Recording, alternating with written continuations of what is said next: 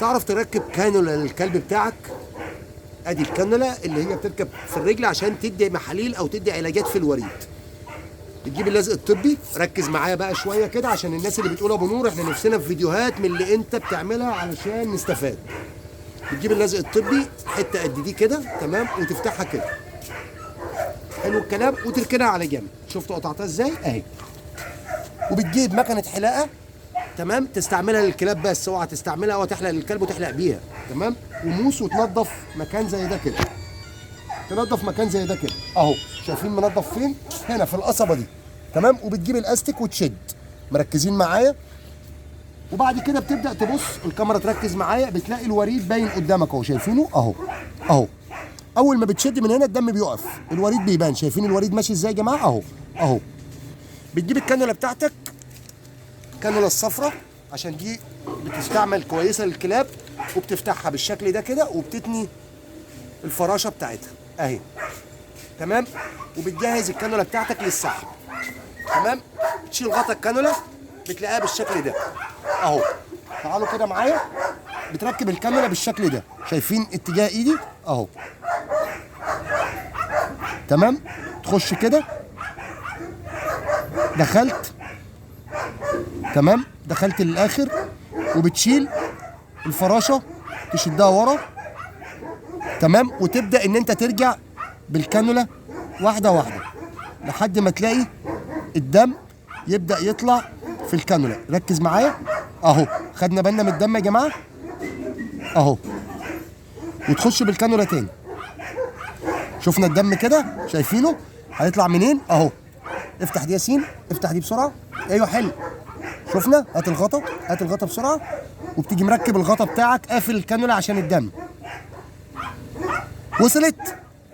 وبعد كده بتجيب اللزق بتاعك بالشكل ده كده، تمام. ورجل الكلب قدامنا اهي. وشفت الفتحه اللي احنا فتحناها في الكانولا؟ بتيجي معديها كده في الكانولا، تمام. وبتشد اللزق بتاعك لكده اهو، تمام. وبتشد الاتجاه التاني اهو بالشكل ده كده، تمام. مركز معايا؟ مركز معايا؟ ركز كمان. وبتجيب لزق تاني اهو، وتخش هنا، تفتح كده تاني فتحه تانيه، تمام. وبتخش من تحت الكانولا اهي. شفت انا عملت ايه؟ عشان الكانولا ما تسحبش لبره. وتيجي تاني كده، تمام، اهي. وتيجي عامل كده. في اسهل من اللي انا عملته؟ موضوع سهل بسيط، تمام. نفتح هنا بقى عشان الدم يمشي، عشان الرجل ما تورمش اهو، تمام. ونحرك الوريد كده. شفتوا كده انا عملت ايه اهو، تمام. نحرك عشان الرجل ما تورمش اهو. خلاص، حلو الكلام، تمام. وادي نزود اللزق بتاعي علشان ما تطلعش، تمام. شفت هنا؟ طبعا كلبه محتاجه ان احنا نعلق لها محاليل. ظبطنا الدنيا. ادي يا جماعه شكل الكانولا. لو حابب تزود لزقه عشان الكانولا تفضل ثابته اهي. طيب انا علقت محاليل يا ابو نور والكلبه هتعضعض في الكانولا وفاقت وبقت تمام وهتعضعض في الكانولا. لفه شاش يا حبيب قلبي، تمام. وتلف شاش على الكانولا بعد ما تخلص، وحته لزقه وتقفل بيها. ادي شكل الكانولا اتعلقت في الكلب ازاي، تمام. وبكده هتدي المحاليل اللي احنا بنشرحها في الفيديوهات بتاعتنا. الموضوع بسيط، الموضوع سهل، ما تصعبش حاجه على نفسك. انا مش دكتور على فكره، ولا انا عالم ولا بروفيسور. كتر التكرار او على المثل بيقول كتر اللطم بيعلم البوكه. يعني انا هنا بعيد عن الدكاتره البيطريين، مش هنطول دكتور بيطري ان يجي يعلق لي الكانولا وحاجات زي كده، تمام. لازم نستغل الموضوع وانا نعمل حاجتي بنفسي ونحاول نساعد نفسي. يلا بينا نساعد بقى الحيوان الضعيف ده. بعد كده بنحل